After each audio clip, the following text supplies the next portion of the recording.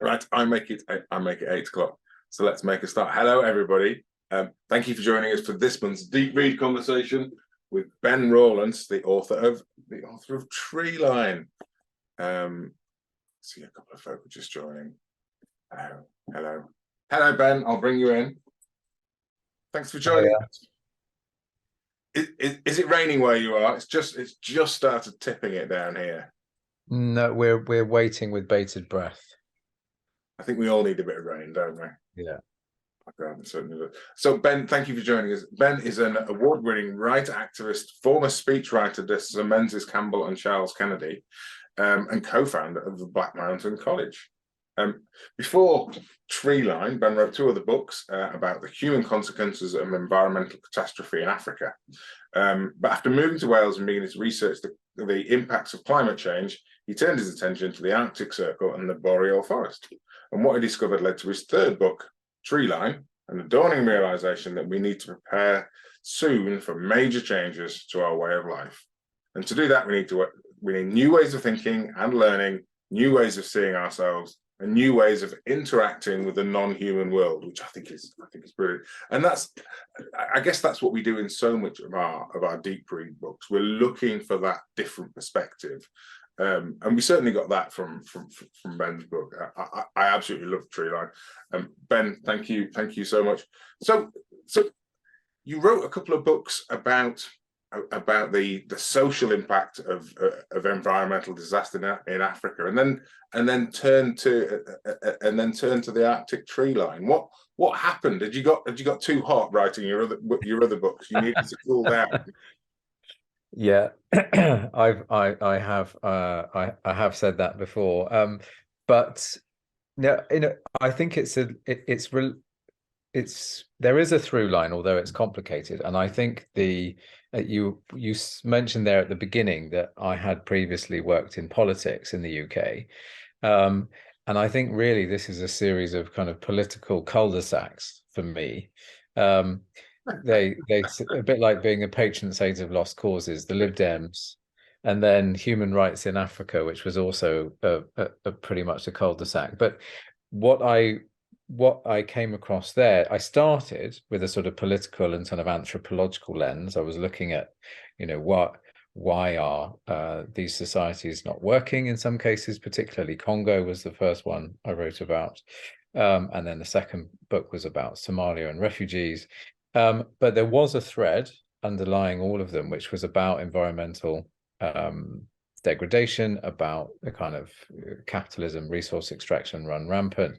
And then latterly with Somalia was very much a question of climate-driven conflict, drought leading then to the breakdown of society in Somalia and lots of people being pushed across the border. All of those then came together when I moved back to the UK after about a decade in Africa and thought, well, what does all this mean here? And that was really when and also at the same time becoming a father 10 years ago, and that obviously shifts your perspective, as many of you will know. And then started to think, well, if 0.2 degrees or 5.5 degrees is driving millions of people out of Somalia and causing widespread social breakdown, what's 1 degree or 1.5 degrees, which is where we're headed in the next few years, going to do to European societies? So that was really the question about 5 or 6 years ago that set me on the path of the Treeline and also led to me setting up the college. So that's the long version. Wow. So I guess you've always had that zeal for making a better world, or at least understanding why the world isn't better, if not getting to the point of making it better. Yes, I would definitely say it's about the question. It's and it's about trying to understand, really. And it started, I mean, for me, that started as I had a pretty nondescript upbringing in a suburb of Salisbury in Wiltshire. Got tired of fighting squaddies and went on a gap year to Africa. And that first question was, oh my God, why is this country the way it is when my country is so affluent? And that led to a whole load of other questions, which which have taken me around the world. But I think this is a relevant for lots of people now. I think even more so than it ever was, which is, how do I live a meaningful life? What is a meaningful existence at a time when so much of what we have taken for granted seems to be in jeopardy? So that kind of asking those kinds of questions, always was, I suppose, a little bit niche, but increasingly is something that's facing the mainstream as well, I think. Absolutely. And I think we'll talk a little about how culture helps us understand what's happening in the world in a bit. But that's the thing, isn't it? Is that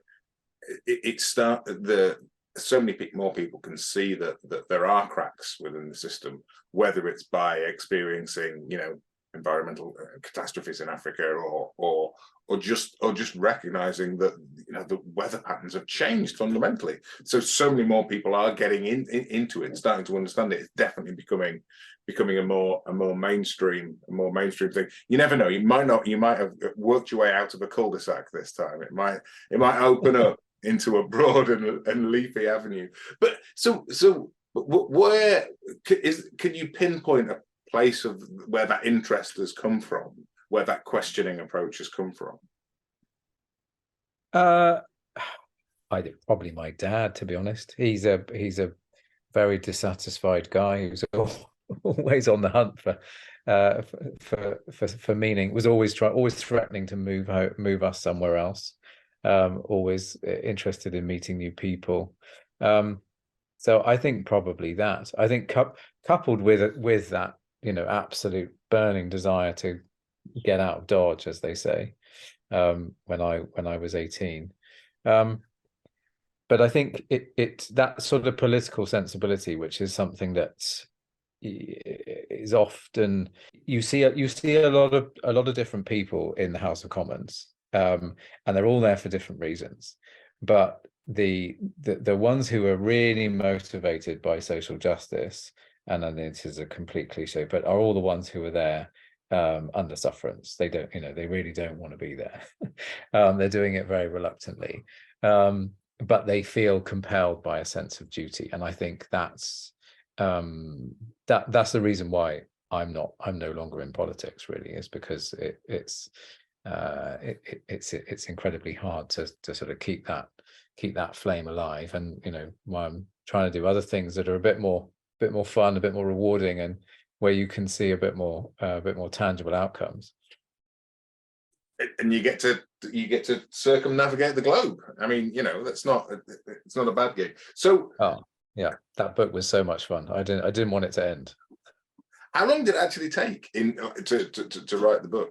It was the quickest book of the three that I've written, and in fact, I did write a fourth that took forever, and it's never been published because it's rubbish. But it was really quick, because I think as soon as the penny dropped for me when I was interested in the Arctic, I wanted to get a glimpse of the future. I wanted to look a little bit ahead and see, well, here are societies where warming's already happened, where in many cases warming is history.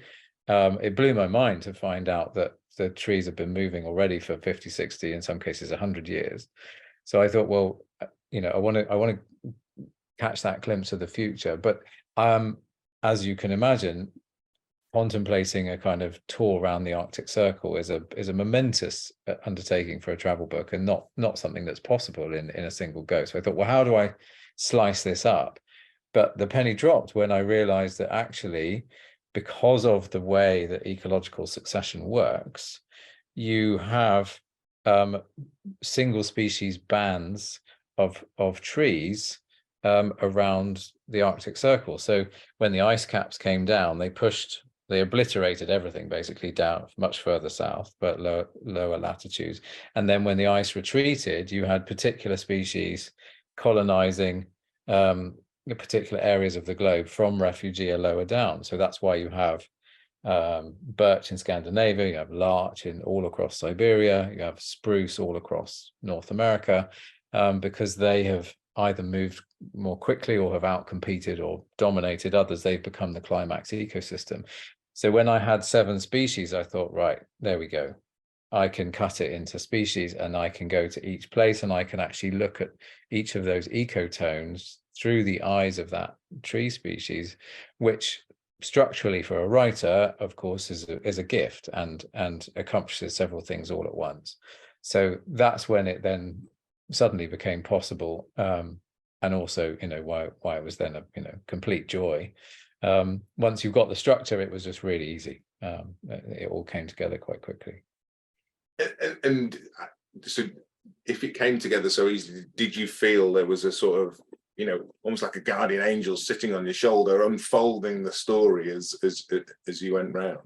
I really did, and yeah, for anyone who's trying to write a book, you know when it's going well, and when it's not, and I just couldn't believe it, really, in some cases, and particularly I went to Norway on the strength of a single phone call, and then got there and found myself going to this place called The Middle, a town called The Middle in a district called Nowhere, and then found all these people who were on the verge of mental breakdowns as a result of the trees, and obviously that's the story that you've all read. So it sort of just kept unfolding, that I and I kept pinching myself, saying, what, why haven't I heard about this before? Why has no one else written about it before? And why is this story just, it's as though I was sort of living the whole thing. Yeah, it just fell into place incredibly well, in an almost mystical way. Yeah, did feel like somebody else was moving me along. It's strange how sometimes things are just meant to be, aren't they? It's when it just unfolds like that, it's magical, and it's working. So, I mean, I think the fascinating thing is that you encounter on the trip such a breadth of different sources of knowledge, and obviously the trees themselves. I'm not even talking about human knowledge. Let's start with a non-human. Just incredible learnings from different species, and you struck me as being really open to that. Is that a core part of your approach, that openness to learn lessons from whoever is offering it? Yes, I think so. I mean, my training as a writer was really as a human rights researcher for 10 years in Africa, having kind of walked away from politics because it was all too distressing. I then decided to go and work in human rights. And that is very much, in a way, a bit like I mean, essentially you're forensically interviewing people, and any people, really, any witnesses to big disasters, to cluster bombing, or electoral violence, or all sorts of things, and you just have to listen and listen and listen, and you just have to keep listening and writing notes, and you have to notice absolutely everything, because you're building a case. You're building a case for war crimes in many cases, and a lot of the projects I worked on did end up, we submitted prima facie evidence to the International Criminal Court. So you notice everything, you listen, and you're incredibly patient. And all of those qualities, I think, are just as relevant in the forest. And I remember writing directions to myself in my notebook, that the birch is not singing in this chapter, so just go and sit with a birch tree for half an hour, smell it, taste it, listen to it, look at it really closely, look at all the different parts of it, think about what the landscape looks like to the birch. Think from the birch's perspective, where are you sending your seeds, how's it, where's the water coming from, all that sort of stuff. So it's, yeah, in some respects, like piecing together a landscape and a story, and I suppose in some cases a crime, very similar to that kind of very slow process of building up a picture of a prima facie case in a legal situation. Wow. that's that. I mean, amazing to take gathering legal evidence and then transpose that to being able to look at a landscape like a tree would. That's beautiful, Ben. It's absolutely brilliant. And I knew I would enjoy talking to you about the process of writing the book, but there's so many more layers than I was expecting that are coming out. It's absolutely fascinating. So I'm guessing that looking and noticing everything and looking through different eyes paralleled the work that you'd done previously as well, the books that you've written previously. Yes, and I think the other common thread there is the justice angle. So having that background in human rights and politics, and then seeing and I think being able to ask the right questions, to listen. So the first thing is the kind of bedside manner, if you like, is meeting people and saying, not just launching in with, right, I've got 20 questions, I'm going to turn my tape recorder on, but actually just being able to relax for an hour and let somebody make you a cup of tea and talk about their dog and all the rest of it, but also to be able to have a sense of the wider justice situation. So for example, meeting the Dolgans and the Nganasan in Siberia, and asking them, how, I got the sense that there was a bigger story here, that there was that people had an axe to grind, or they were cross about something, and trying to sort of tease that out, and how that then it gets expressed. So in Misha's case, the Dogan, he was just really pissed off that it was only his daughter who was still keeping the flame alive of the reindeer hunting, and he had this completely inept son-in-law who just was drinking too much vodka and couldn't get it right, and that's how it was expressed. But it was speaking about the kind of wider tragedy of his culture, and kind of reminiscing about what it was like under the Soviets and how it was much better. And then the same with the Nganasan, is that they had this incredibly emotional take on their history, and yeah, we're going to die, our culture's going to go, our language is going to go, and it was that you got this sort of sense all the way through that by asking how they felt about tragedy or history or these other things, you actually revealed so much more about their worldview as well. So I think that, yeah, it's the human stories, of course, that's what what drives us, and what we find relatable.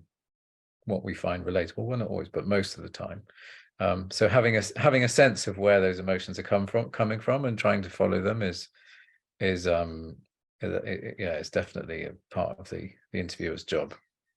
Well, it works its way through wonderfully. But you weren't just uncovering emotions; you were uncovering conflicting emotions as well, weren't you? And I think that's the startling thing that comes from this, and lots of similar books, is people feeling the loss and recognizing the change, but then being unable to attribute that to the causes of it, and just head in the sand type stuff, despite the fact that such significant impacts on lifestyle, culture, landscape, everything.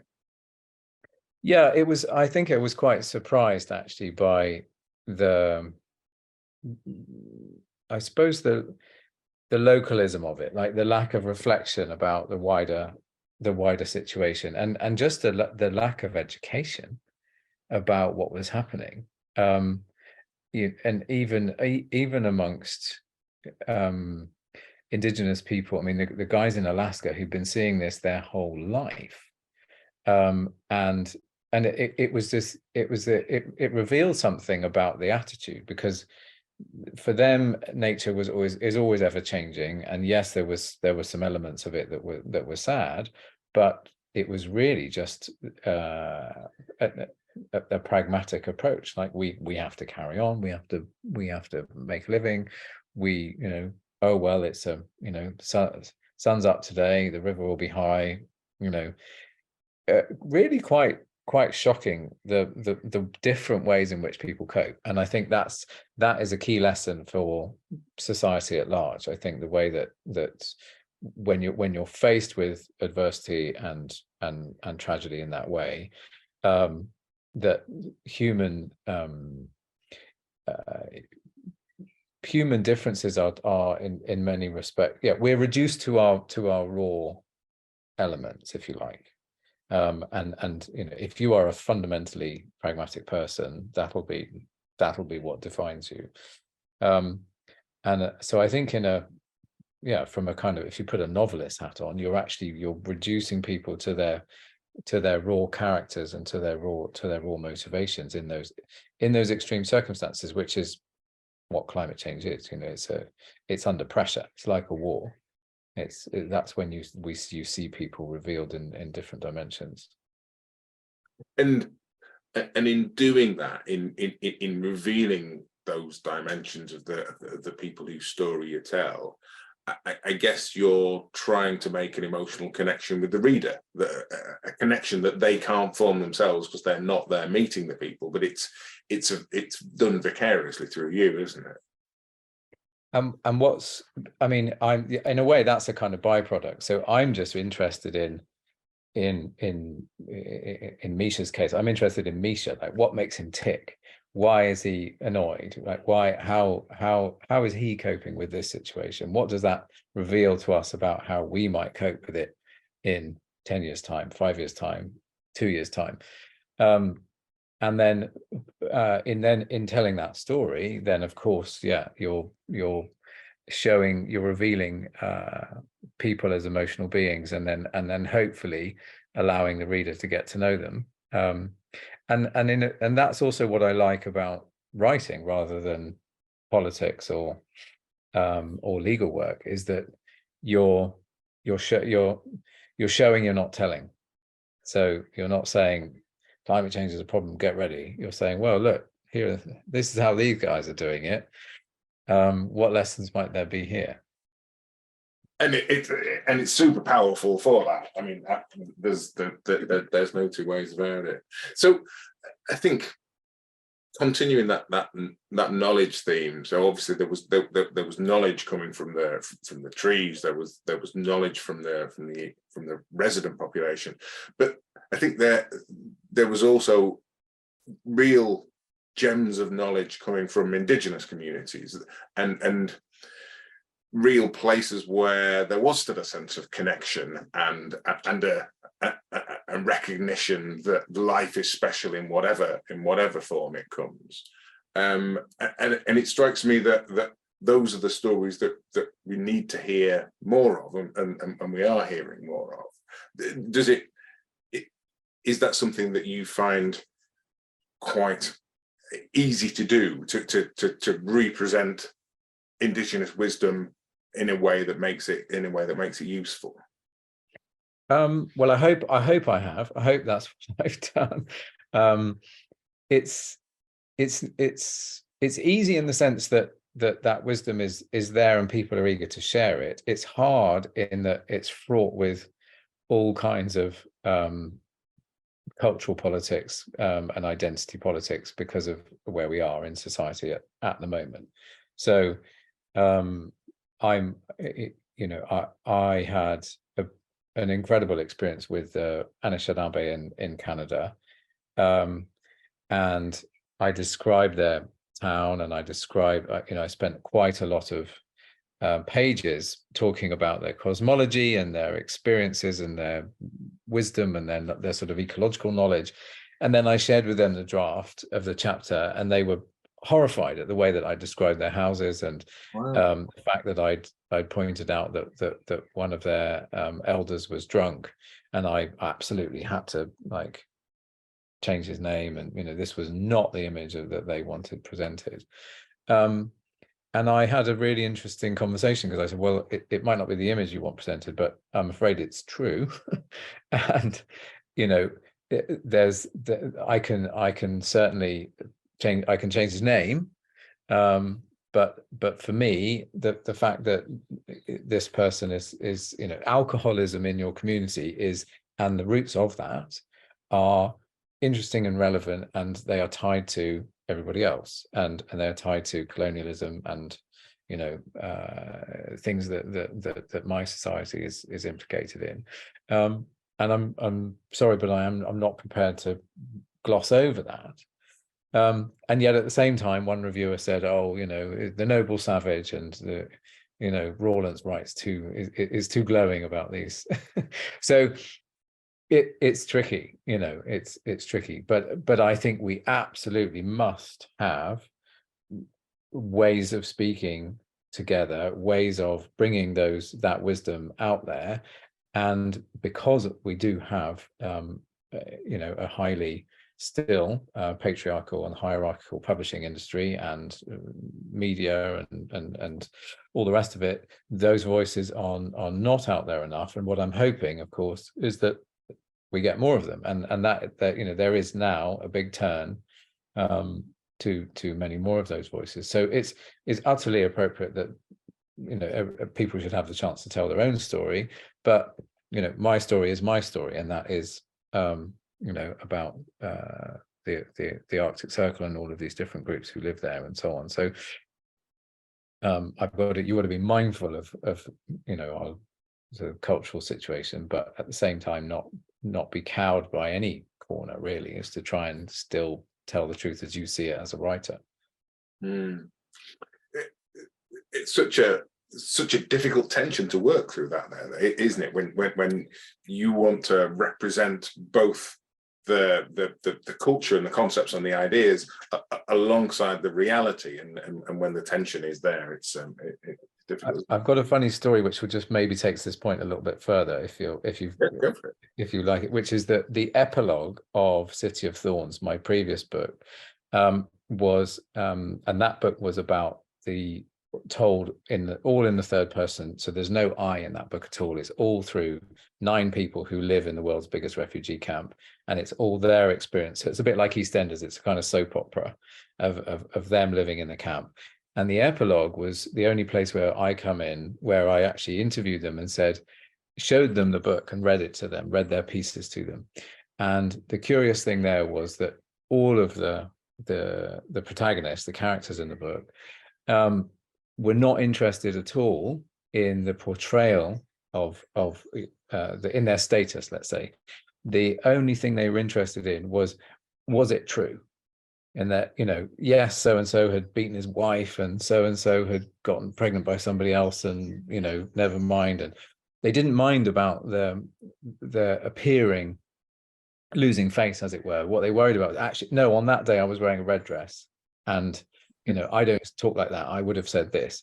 You know, it was the accuracy that they were interested in, and there's absolutely no shame in the truth. So it's a very interesting balance, I think. And I guess so, by spending time with those Indigenous communities and sharing some of their stories, I think we're starting to see some stories come through time and time again, like the 775 generation prophecy of the Anishinaabe. It seems to be the one that keeps coming back, and I think I've got a fair idea about why that might be. But do you think there are certain stories that are sort of echoed throughout cultures that are resonating back to us now at the time when we need to hear them? Yeah, I really do. And I think I studied African language and culture at School of Oriental and African Studies in London after my misspent gap year, and spent quite a lot of time also going back to the University of Dar es Salaam, living in different communities in East Africa. And then through my work, and then obviously through this trip, have come into contact with quite a lot of different cultures and read a lot of anthropology. And there are some real common precepts across Indigenous cosmologies. The the seventh fire, future generations element is I would say pretty common. The concept of biragutmi in Sami, which is this idea of sufficiency. So you shouldn't be asking about what's sustainable, i.e., what's the maximum you can harvest from the earth before, so that it can still regenerate. No, they flip it. They say, what do you need? And again, that's a very common ethic. And then there are a whole load of other very similar ethics, a bit like Aldo Leopold, actually, which you sent me, which is, what's good for the land is generally good for us. And if the land is sick, then we're sick. This kind of reciprocity. So there's plenty more, but I think, yeah, there's definitely a lot of commonality, and which is really instructive. And I think when we think about the damage that's been done, it's really helpful to think about actually how rich and how common and how kind of abundant all those different much more healthy ethics were, and it gives us something that, to an alternative to look to. So drawing to so there's a strand there about sort of common narratives emerging from different cultures because of the importance of the theme. With your writer hat on and as a storyteller, can you see that in the stories that get told in the Western world as well? Can you see a certain commonality to the patterns of the stories we're telling ourselves? And if so, do you think that's changing?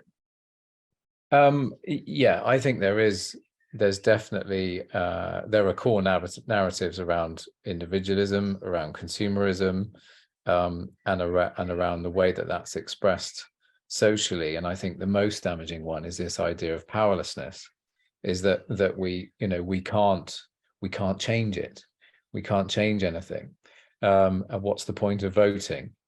And that and I think capitalism produces that disempowerment, and it reduces us to consumers, so that we lose a sense of ourselves as citizens, and anything, volunteering or spending time sort of expressing the agency of your citizenship, if you like, is often seen as a kind of an added altruistic thing that a few oddballs do, but it's not kind of a common part of who we are and what we're here for. So I definitely think there are some common threads there that are quite hard to undo. The idea of climate action as an individual project is taught in our schools, which is nonsense. Any wide-ranging social problem is by definition a social project. But I do think it's changing. I think the concept of sufficiency now was in the latest IPCC synthesis report. We've got a future generations law in Wales. There's a big campaign to have one across the UK. So it definitely is changing. I mean, not soon enough, unfortunately, but yeah, hopefully in a way in which might allow us to lay the groundwork for more nurturing communities as we weather some pretty bumpy storms on the horizon.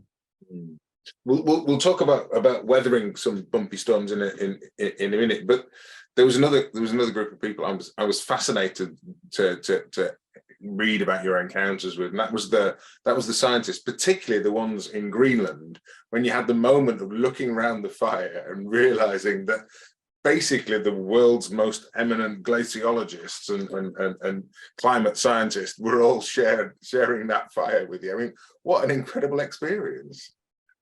It was really, and I had no idea that they were all going to be there. And obviously not all of them, but many of them very senior people. And it was really nice to see them spending 2 days planting trees because they were so motivated, by all of the emissions that were involved in airlifting all their equipment, and going helicopters up onto the ice cap and everything. But the other thing that was very eye-opening was the sort of personal despair at not being listened to, and B, this scientific discourse which they were unable to kind of break out of. This sense that more science is what we need, and unable to sort of see that that we need more. We've got to have more predictive models so that we can so that we can show what's going to happen. Well, no, we don't. But they couldn't. They've been for at least, I suppose, 10 or 20 years locked in a kind of funding situation which is all about refining models. All of the observations on the ice sheet are about refining models. They're not about actually reporting on the observations themselves. So it was just kind of fascinating to see the failure of that discourse and these people who were kind of victims of that world, in a way, heroes and victims. I mean, they're heroes at the same time. Well, but I'd not really grasped that point about all the observations were just to scope the models rather than actual observations of what's happening. That's incredible. Yeah, it really is. I mean, and they and I probably, I probably need to go back and edit the book a bit better to get that point out there. But when I said, well, what's, I think there was some line in there where I spoke about what is it just the models, or what about beyond the models? And they were just all sort of, what do you mean? These huge supercomputers, they're feeding these supercomputers with data, so that the supercomputers can make predictions, instead of what many scientists are now doing, which is gluing themselves to government buildings. Which is more effective? I don't know. Yeah, and I sympathize with anybody trying to make their research relevant. It's just, yeah, I guess when you're locked into a way of thinking, it's very hard to get out of it. And the funding. I mean, it's all, and the funding. That's what they're being paid to do. That's all the money is for that. Which is, and then you see the Nazda in Siberia. She's the only modeler, because what the Russian state cares about is not the modeling. What the Russian state cares about is forestry. They want to understand how to make money out of their forests. They're not fussed about climate predictions. But it's so indicative of the thinking that's got us into this situation, isn't it? You can reduce it, you can boil it all down to this perfect model which will tell you what's going to happen, or you could connect to what's happening to find out what's going to happen. Yeah, There's a real irony there, and we're back, actually, aren't we, to the sort of science and culture thing. And I guess that's what you're making a wonderfully spiced soup that sort of brings the two together. But there's a real need to engage with this on an emotional level, isn't there? On the level that culture allows us to do, rather than on the level that the scientists think we all need to work out, because we're not all rational. If we get another number in our heads, is it really gonna change how people behave? There was a great bit as I'm reading the Treeline, and as a geographer, I've always been scared of permafrost melting and tipping points and stuff like that. And at the same time as I'm reading Treeline, I'm reading some speculative climate fiction about exactly that from Kim Stanley Robinson, and to have the science fiction coinciding with the science facts was slightly terrifying, I have to say. But that's what culture is. It gets an emotional response out of you, doesn't it? Yeah, and I think that's really where my political time has kind of paid dividends in a way, with where we are now, and understanding that, you know, you don't. I learned the hard way, I suppose, through the Iraq War and then through the International Criminal Court, that, you know, you can win the argument, but that doesn't win the day. And you can win the argument again and again and again. It doesn't matter how much evidence you provide. You know, power will, in the end, find its own level, and that's relevant for where we are now, because if you're interested in change, then you have to understand how change happens, and you have to understand what motivates humans, and that really is the heart of politics. That's the heart of what I was doing 20 years ago, and that's emotion. We're emotional beings, and you don't get, if you look at the history of revolution, or even just the history of incremental reform, it's almost never about winning the argument. It's about moments of exuberance. It's about getting people excited.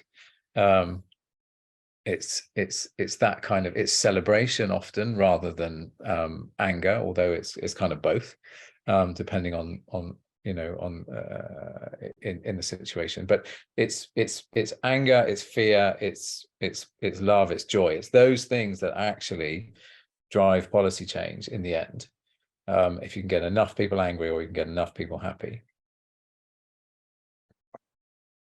And I guess so the reason that we've moved into talking about change is because I get the sense, Ben, that you think that we need change within the system, that the system isn't working. You're grinning there.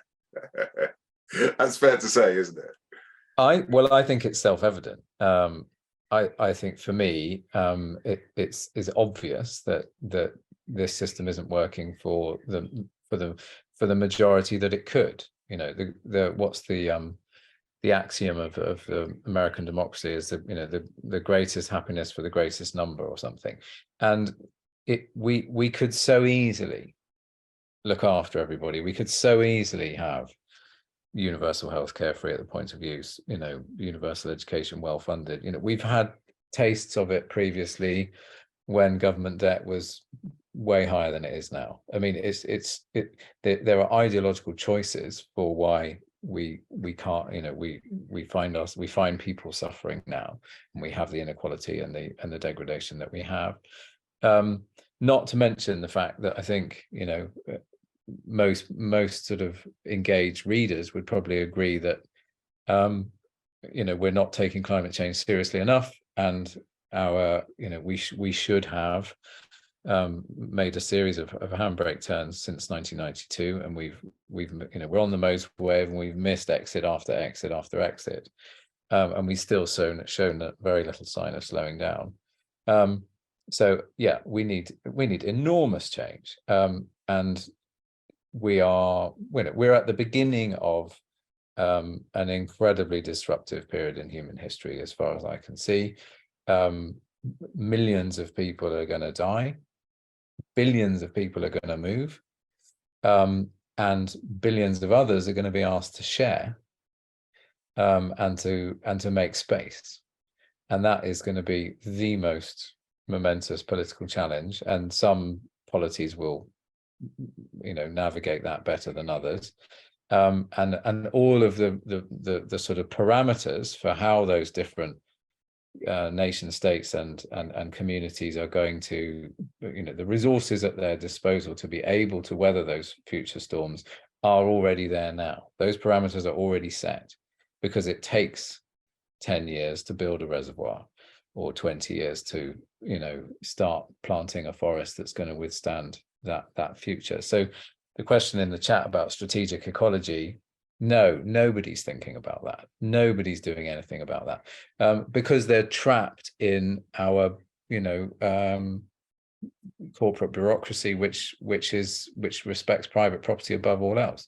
The government cannot take the big strategic decisions it needs to without doing things that haven't been done in several generations, which is nationalizing industries, compulsory purchase order of vast tracts of land, and mobilizing large numbers of citizens for the public good.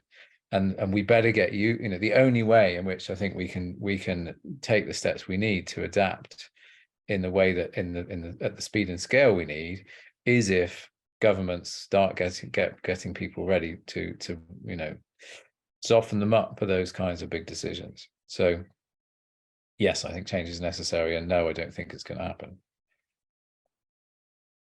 Where does that leave us then, Ben? That means we have to get ready as best we can. We have to build resilience. We have to build community. We have to get to know our neighbors. We have to build local circular systems of food, timber, commodities. We have to learn to do with a lot less stuff. And in some cases, we probably need to move. Wales at the moment is quite good. I live at 300 meters above sea level, but we have a separate government that's a bit more switched on, that's quite focused on building community and building public transport networks and things like that. So it might be a little bit more insulated than England, but I think the Scandinavian countries are much better set up. They've got a much higher level of acceptance of political intervention and solidarity, but geographically they're screwed because when the Gulf Stream turns off, they're not going to have any rain at all. So it's a real casino. It's climate casino for where which parts of the globe are going to be habitable for long enough, coupled with the geographical, the political formulations that make it better. So for example, Cuba, very low lying, but they've got an incredible sense of solidarity, incredible sense of political purpose. If the government asks them to do things, generally they're doing them, and they've already got resilience across the board, really interesting agroecology, agroforestry projects going. Same sort of story in Costa Rica, but some governments are on it and some aren't. And I think if you have the ability to move, it's worthwhile doing a little bit of research on which ones are. I mean, France is moving as well. France is moving way quicker than the UK. And that's interesting, isn't it? In a place like France, where they clearly have a much more well-established social system, but equally a much higher level of protests and democracy is on the streets there, isn't it? It's manning the barricades. Why are we so poor at doing this in England then, Ben? I think historically the UK has been very adaptive, actually. I think if you look at what the turns the UK made in the early 20th century, particularly World War II, 1945, those have been, those are real high watermarks for social solidarity, social change, and leadership, if you like. I think it's much harder to do that where capitalism has hollowed out the social contract, and that's why France, I think, is finding it easier. Well, not easy. I mean, it's a process that's fraught with problems, but they are taking more decisions in the public interest in terms of banning flights, in terms of trying to place curbs on fuel, this kind of stuff, hydropower, all of that kind of stuff. So I think where the social contract is thicker, if you like, and I think what we've seen since Thatcher is the hollowing out of the social contract, which makes it much harder when the government poses big questions and seeks a mandate for bold action. It generally is only in response to crises like COVID, or some of the where the manufactured wars like the Iraq War and so on. And I think America has a similar problem. So it's the social contract. It's also the resources, so there's much less appetite for borrowing now when, lend lease and all the stuff in the war. There was the huge sense of solidarity and a willingness to borrow, and all that stuff. Ask not what, everybody feeling involved and looking at their neighbor, at what they were doing. It's that sort of sense that we have to regain. But I don't think it's coming without a crisis. I don't think that the government's it has failed to communicate. If the government was communicating the seriousness of the crisis, for example, COVID, we spent nearly $1 billion on public communications. On climate change since 2009, the government has spent £11 million. So if you remember, I remember those big icebergs about AIDS in the 1980s, and that is, in sociology classes, that is the standard example of how you use public information campaigns to change behavior, and it's incredibly cheap. And you look at what we've done on climate change compared to COVID, we're nowhere.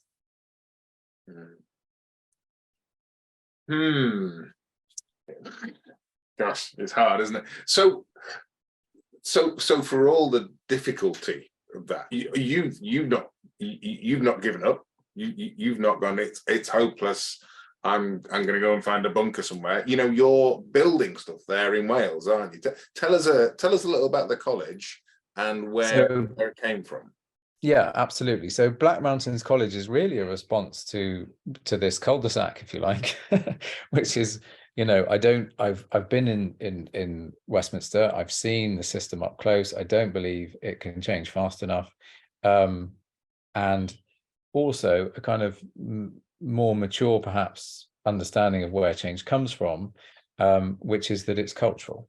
And so the college is aimed at really trying to blaze a trail for what that new culture looks like.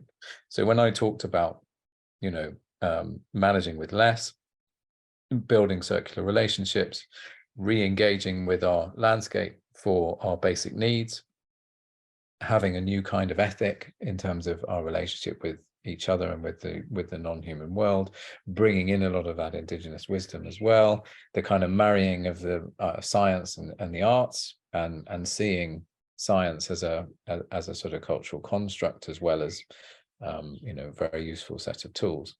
So all of those things have gone into a kind of worldview, if you like. So the college is about modeling a new kind of worldview, and we have short courses, we have future skills, vocational training, and we have a degree program.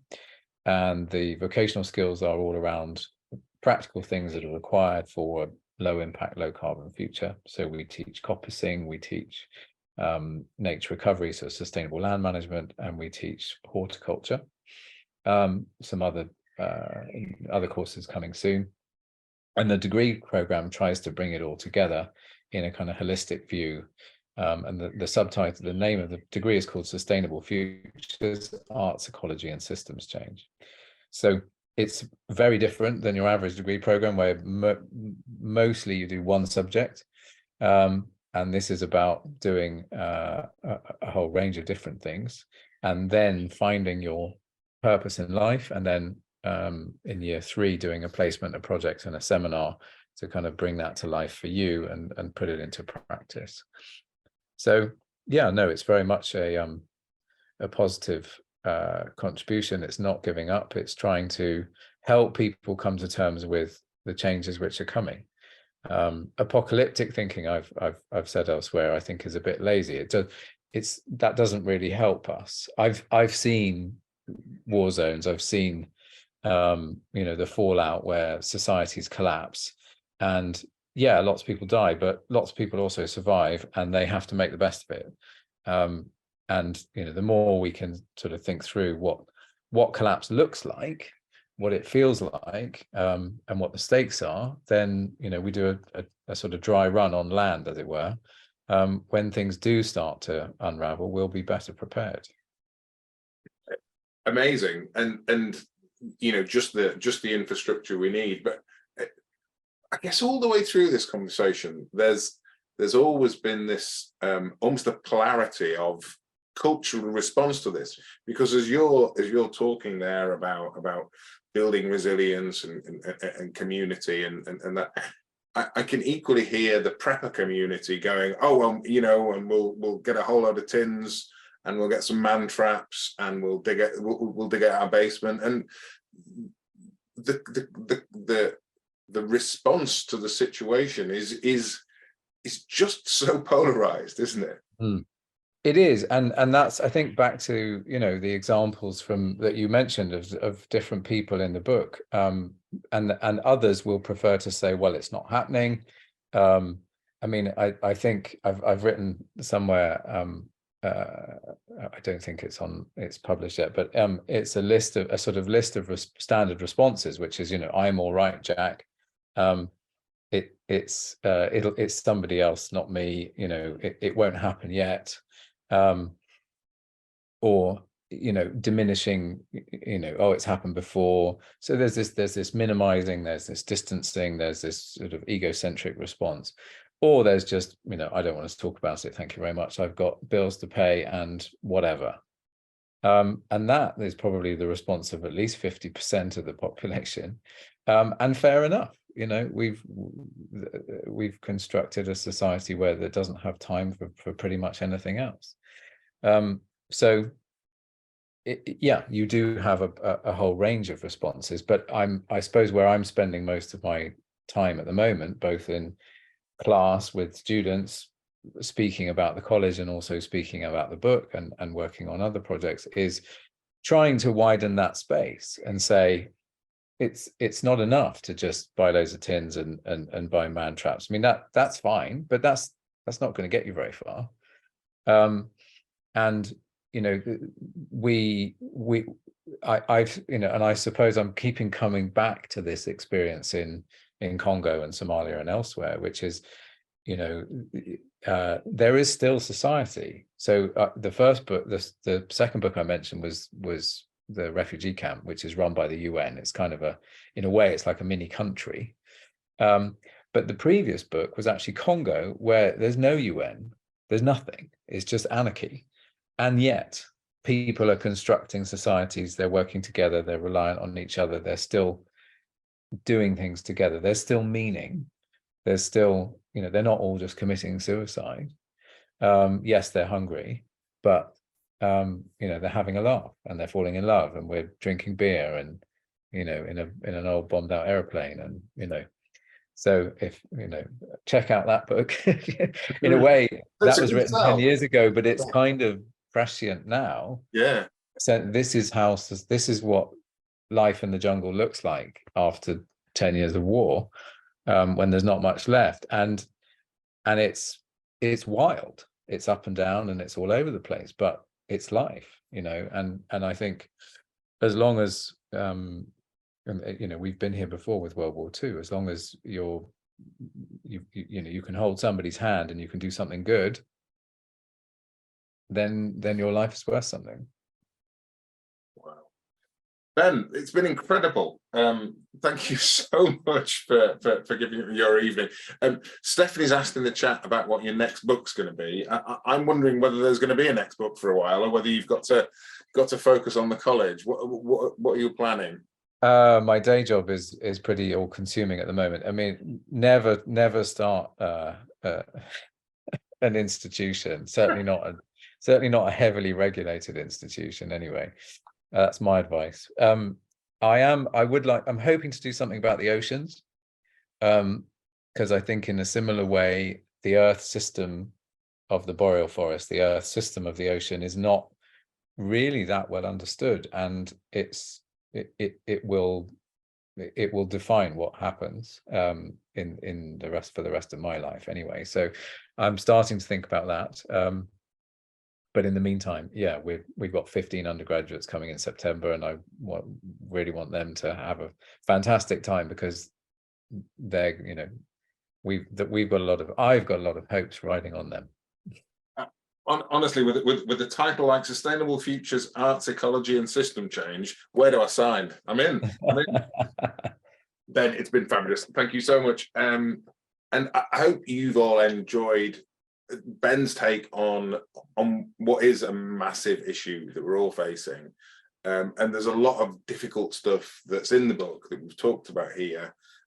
I love the approach that Ben brings to this, and that very realistic appreciation that actually life is going to go on, and it will be a bit bumpy, but we will deal with it, because that's what we do. So thank you for leaving us with a large chunk of hope, and a good deal of action. It's been fab. Thank you, Ben. My pleasure. All right. Thanks everyone for joining us. Bye. Bye-bye.